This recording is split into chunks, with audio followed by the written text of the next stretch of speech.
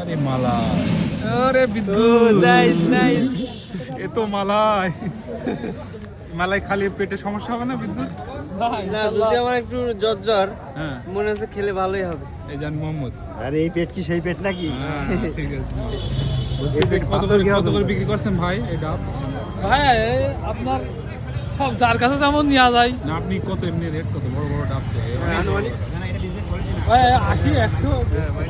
হ্যাঁ, business policy ঠিক করতে হবে তো। ধরেন আপনি আমার কাছ থেকে 80 নিলেন আর একজনের কাছে 100 নিলেন, ওটা ঠিক হবে না। জুলুম হয়ে যাচ্ছে। জুলুম হয়ে যাবে, হ্যাঁ এই জন্য। তবে ডাব আমি তো ভাই খেলাম। জান 80 টাকা করে নেবেন তাও 80 টাকা করে। এই ডাব আমি যে খেলাম এটা কিন্তু অনেক মিষ্টি ডাব। নিজে গাছ থেকে সংগ্রহ করেছেন না? আপনি নিজে সংগ্রহ করেছেন? নিজেই পারি। বাহ, ভেরি গুড। সমস্যা নেই।